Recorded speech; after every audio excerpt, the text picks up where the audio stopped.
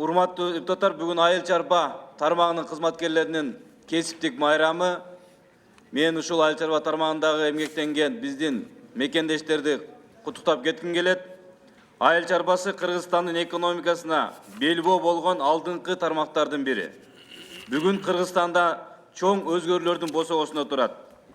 Евразиялык экономикалык союзуна кошулуп, ата мекендик өндүрүштү өнүктүрүүгө зор мүмкүнчүлүктөр түзүлүүдө.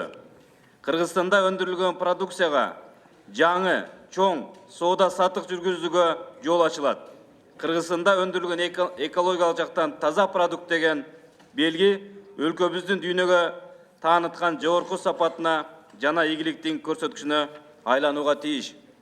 Бунун үчүн урматтуу өкмөт, урматтуу депутаттар, ар тараптан айыл чарба тармагына колдоо көргөзүүбүз зарыл.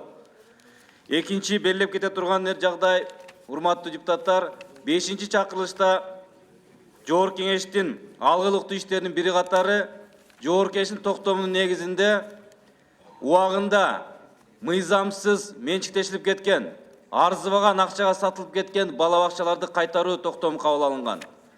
Жыйынтыгында 20-дан ашык жаңылышпасам, бала бакча кайра кайтарылган. Мына ошол жумуш дагы уланыш керек.